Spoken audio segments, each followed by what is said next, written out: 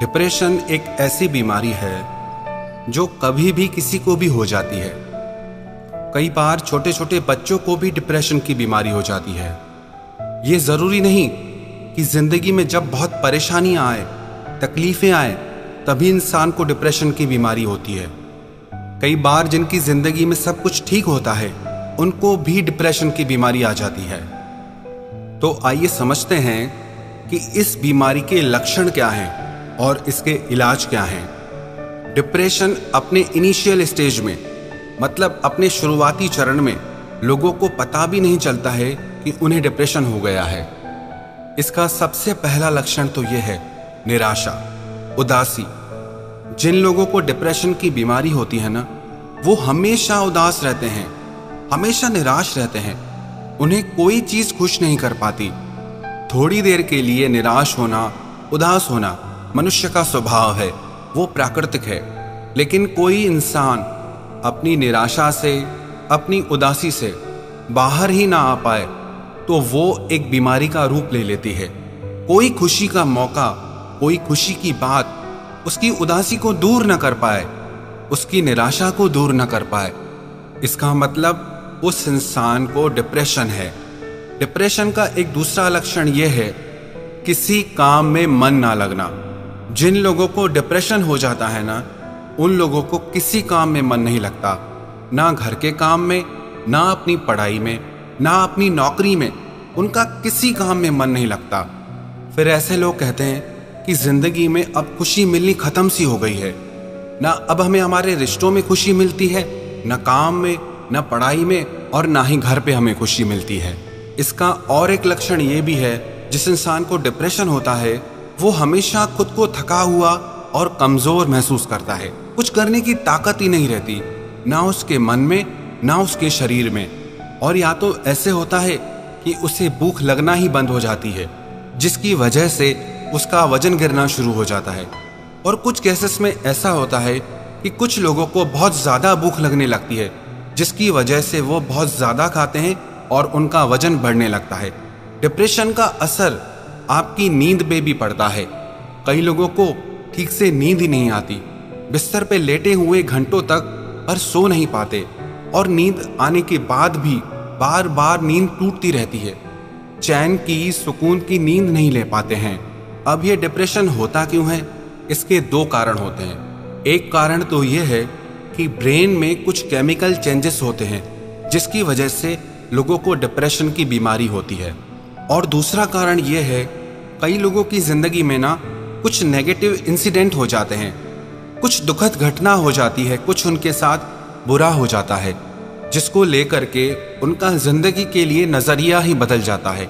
वो हर बात को नेगेटिवली लेने लगते हैं, नेगेटिवली सोचने लगते हैं, जिसकी वजह से वो डिप्रेशन में चले जाते हैं। और अब इसका इलाज क्या है? इसका एक इलाज तो ये है कि आप किसी साइकाइट्रिस्ट के पास जाएं और कुछ मेडिकेशन लें, दवाइयाँ लें, जिससे आपके ब्रेन के केमिकल्स बैलेंस हो जाएं। पर मैं उसे सही और इफ़ेक्टिव रास्ता नहीं मानता हूँ। मैं आपको ये 7 बातें बता रहा हूँ जिससे आप बिना मेडिकेशन के डिप्रेशन से बाहर आ सकते हैं और एक खुशहाल ज़िंदगी जी सकते हैं। सबसे पहले तो आप अपनी ज़िंदगी में कुछ गोल सेट करें। जब भी आप रोज़ सुबह को उठें तो वो गोल्स आपको ज़िंदगी जीने का मकसद दें, खुशी दें। और आप छोटे छोटे गोल चुनें, ऐसे गोल चुनें जिन्हें आप कंट्रोल कर सकें, जिन्हें आप आसानी से मैनेज कर सकें, और जो रियलिस्टिक हों, काल्पनिक ना हों। आप उन्हीं गोल्स को चुनें जो आपके लिए आसान हों। और ऐसे गोल्स को करने से आपके भीतर एक कॉन्फिडेंस पैदा होता है, जिससे आपके मन की शक्ति बढ़ने लगती है। दूसरा तरीका यह है कि आप लोगों को सर्विस दें।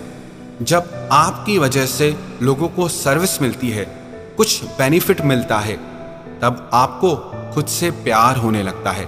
डिप्रेशन क्या है? डिप्रेशन का मरीज खुद से प्यार नहीं करता है, वो खुद को पसंद ही नहीं करता है। लेकिन जब आपकी वजह से दूसरे लोगों की जिंदगी में खुशियां आती हैं, बेनिफिट्स होता है, तो उससे आप खुद को प्यार करने लगते हैं, आप खुद को अच्छा महसूस करने लगते हैं। और तीसरा काम आप ये करें कि दिन में कम से कम 30 मिनट आप ऐसे काम के लिए निकालें जो काम आपको अच्छा लगता हो, जो आपकी हॉबी हो। चाहे म्यूजिक सुनना हो, चाहे म्यूजिक सीखना हो, चाहे डांस सीखना हो, चाहे गेम्स खेलना हो, चाहे किताबें पढ़ना हो। जरूरी नहीं कि हर चीज फाइनेंशियली हमारे लिए बेनिफिट हो। कई चीजें हमारे लिए फाइनेंशियली बेनिफिशियल नहीं होती है, पर मेंटली और इमोशनली हमारे लिए बहुत बेनिफिशियल होती है, हमें बहुत फायदा पहुंचाती हैं। तो इसीलिए आप कम से कम दिन में 30 मिनट ऐसे निकालें जो काम आपको अच्छा लगता है, उन 30 मिनट में आप वो काम जरूर करें। चौथी बात जो बहुत जरूरी है, आप अपने दिमाग को ना पास्ट में दौड़ाएं ना फ्यूचर में दौड़ाएं। बार बार इस चीज की प्रैक्टिस करते रहें कि आपका माइंड, आपका मन प्रेजेंट में रहे, आप वर्तमान में रहें, आप वर्तमान से जुड़े रहें।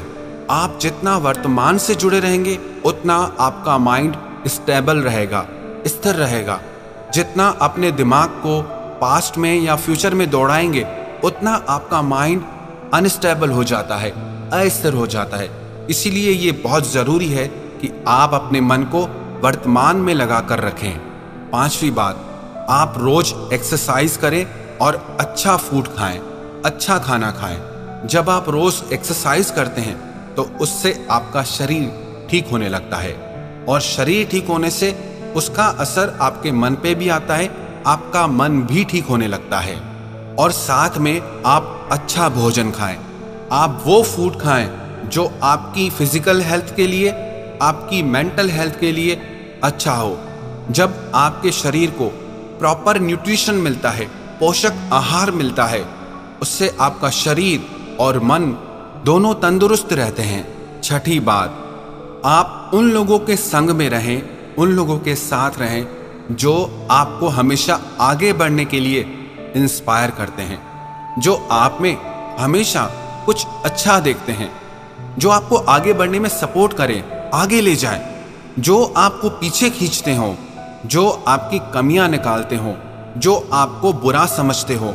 उन लोगों से आप खुद को दूर कर दें और उन लोगों के संग में रहें जो आपको एक बेहतर इंसान बनाते हैं, जो आपके मन को खुशी देते हैं। सातवीं बात, आप अपने सोने का टाइम फिक्स कर लें। जो लोग ना कभी भी सोते हैं, कभी भी उठते हैं, उन लोगों को आगे चलकर कोई ना कोई मानसिक बीमारी हो ही जाती है। मैं आपको डरा नहीं रहा, पर यह एक ऐसी सच्चाई है जिसे हमें समझना चाहिए। जो लोग रात को जल्दी सोते हैं, सुबह को जल्दी उठते हैं, वो शारीरिक और मानसिक रूप से देर से सोने वाले और देर से उठने वालों की तुलना में ज्यादा स्वस्थ होते हैं, मन से भी और तन से भी। आपकी नींद का आपके शरीर पे और मन पे बहुत गहरा असर पड़ता है। इसीलिए ये बहुत जरूरी है कि आप टाइम फिक्स करें, अपने सोने का भी और अपने उठने का भी। अगर ये सातों बातें आप रेगुलरली फॉलो करेंगे, नियमित रूप से इनका पालन करेंगे, तो विश्वास रखना, बिना किसी मेडिकेशन के, बिना किसी दवाई के आप डिप्रेशन से बाहर आ जाएंगे। आप ज़्यादा बेहतर और खुशहाल जीवन जी सकेंगे। और एक बात मैं बताना चाहता हूँ, वैसे तो मेडिटेशन बहुत अच्छा है, लेकिन जो डिप्रेशन के सीरियस मरीज हैं उनको मेडिटेशन नहीं करना चाहिए, क्योंकि उनका माइंड ऑलरेडी अनस्टेबल है, जिसकी वजह से मेडिटेशन उनके लिए अच्छा साबित नहीं होगा। हाँ, अगर कोई इनिशियल स्टेज पे है, शुरुआती स्टेज पे ही है, तो वो ध्यान कर सकते हैं। लेकिन जिनको डिप्रेशन की तकलीफ इतनी ज़्यादा बढ़ जाती है कि उन्हें सुसाइड की थॉट्स आती हैं, मरने के ख्याल आते हैं कि इस जिंदगी को जीने से अच्छा है कि हम मर जाएं, जो इस तरह के विचार रखते हैं, उन लोगों को ध्यान या मेडिटेशन करने से बल्कि नेगेटिव इफेक्ट होगा। लेकिन नॉर्मली हर इंसान को मेडिटेशन ज़रूर करना चाहिए। उसके काउंटलेस फ़ायदे हैं, बहुत ज़्यादा फ़ायदे होते हैं आपको उससे। सिर्फ डिप्रेशन के सीरियस मरीजों को छोड़ के हर इंसान को मेडिटेशन ज़रूर करना चाहिए, ताकि इस तरह की कोई भी मानसिक बीमारी आपको ज़िंदगी में कभी भी ना लगे। जो लोग इन छोटी छोटी बातों को अपनी लाइफ स्टाइल बना लेते हैं, अपनी ज़िंदगी का ऐसा हिस्सा बना लेते हैं जो उनसे कभी अलग नहीं होता, ऐसे लोग दूसरे लोगों की तुलना में ज़्यादा बेहतर और खुशहाल जिंदगी जीते हैं।